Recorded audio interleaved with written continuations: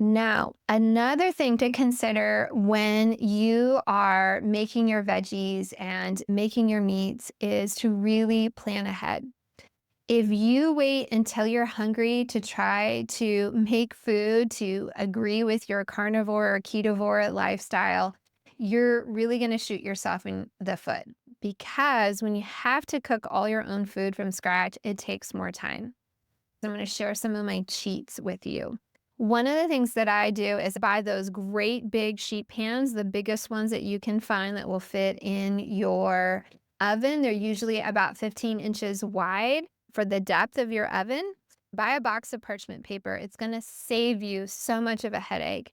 Lay your parchment paper in your pan a little bit longer than the length of the pan and use that to bake out your vegetables ahead of time.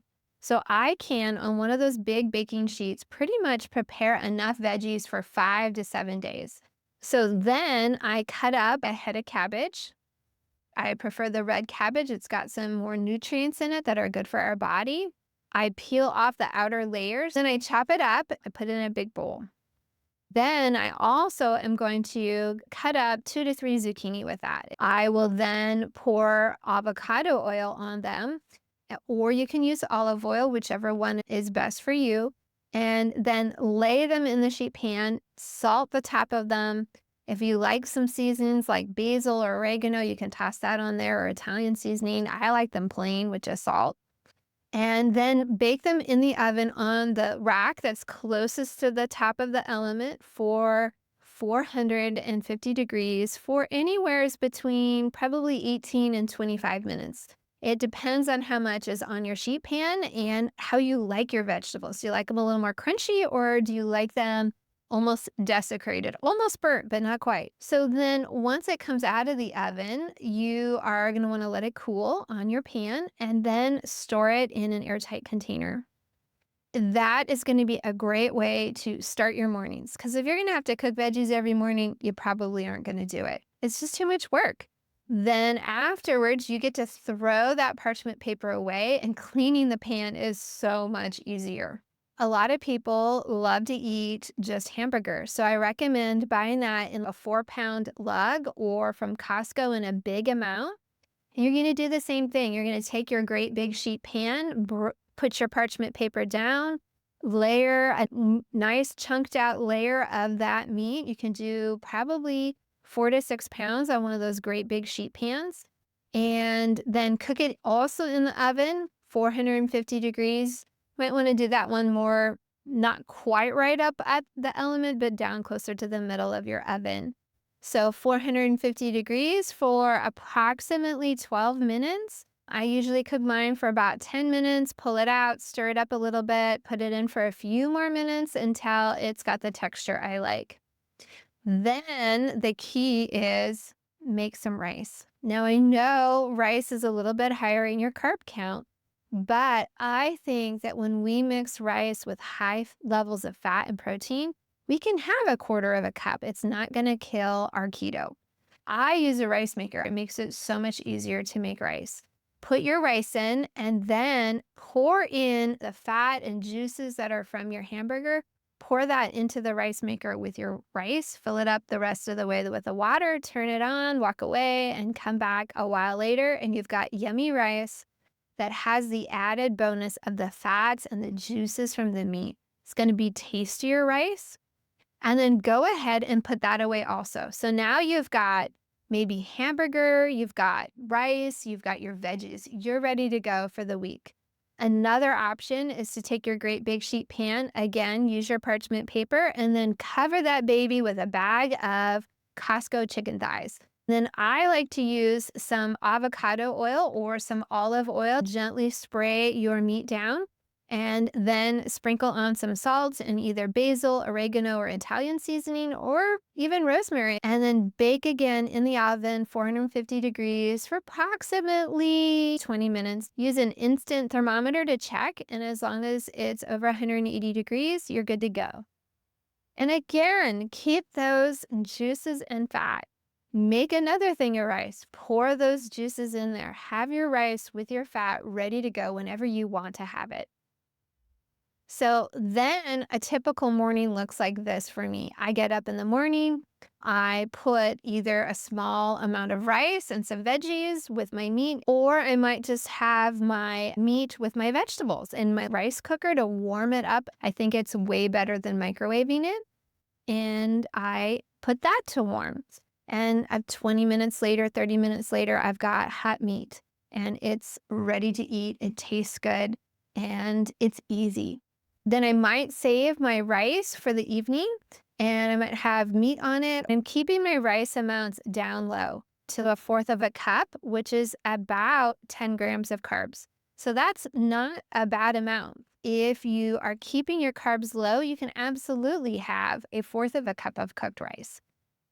You really need to listen to your body and ask it what it really needs. What does it want? What is it craving? Not sugar, but what is your body telling you that it's good to eat for you and nourishing? So, those are some great ways to get started with carnivore or ketovore, whatever you want to call it, this low inflammation diet.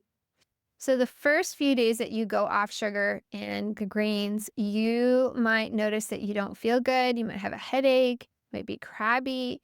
Your body is so used to obtaining those easy to burn sugars through the carbohydrates that you don't have them now. And your body is having to kind of relearn to use fat stores and process the food in your gut in a different way. And so it can take a few days to get used to that.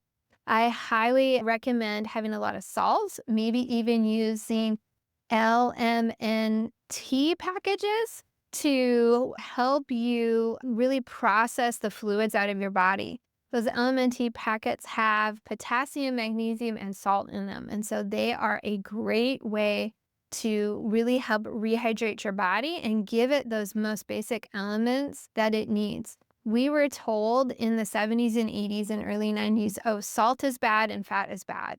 And that has since been proved to be false. Yes, if you have hypertension, yeah, you might want to be able to keep your salt down a little bit, but for normal people, we need salt. It is an essential ingredient to biochemistry in our bodies. If you're switching to a carnivore only diet where you really are not even eating any carbs, you might find that your body is struggling to break down all of that meat. Our bile duct is what helps us process through meat and the fats. If you're not used to eating them, your poor little bile duct is just skirting a little tiny bit out. And now you've quadrupled or 10 times the amount of meat that you normally eat, and you just can't keep up. So that is where you might check into some artificial bile that you can get in a pill form at your local grocery store, health food store, or Amazon. And that's another option you might try in the beginning. And then the longer you stay on this, you might find, hey, I don't need those things anymore. They're just a kind of a transition thing.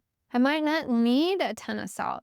A really interesting thing I learned recently is that our body doesn't need as much salt when we're not having carbohydrates.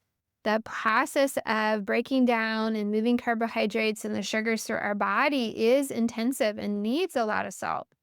For way too long in the mental health field, we have siloed ourselves into just thinking about behavior and drugs that will help our brain and help us feel good. And that's what we concentrate on. And yet, really, especially in the last 5 to 10 years, we're really starting to learn that our body is a whole system. It's not these parts and pieces that don't interact. Our whole system reacts. Our cells in our entire body use serotonin. Our cells, if they're not working well in our gut, we're not working well in our brain.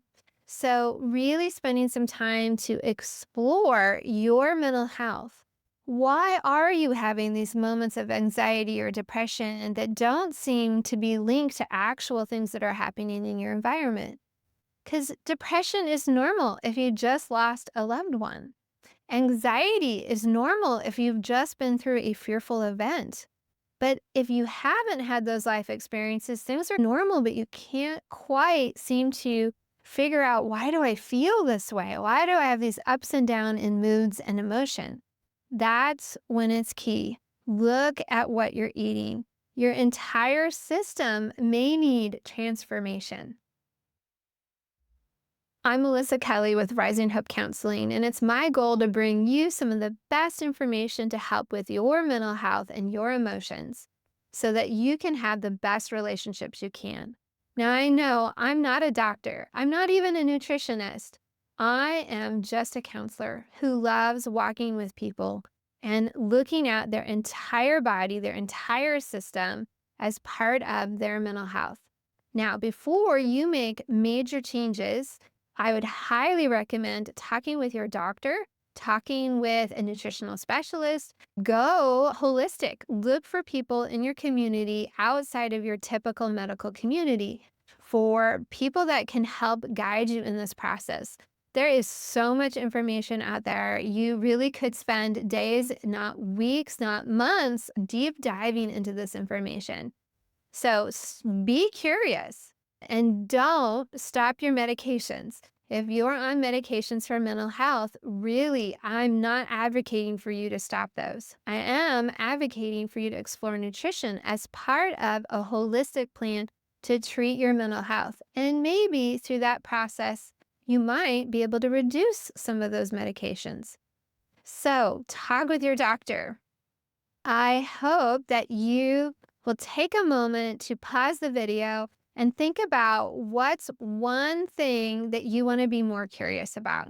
What's one thing you could delve into and begin to explore thinking about applying in your life? Go ahead and subscribe and maybe even share this video with somebody else who you might think could use it.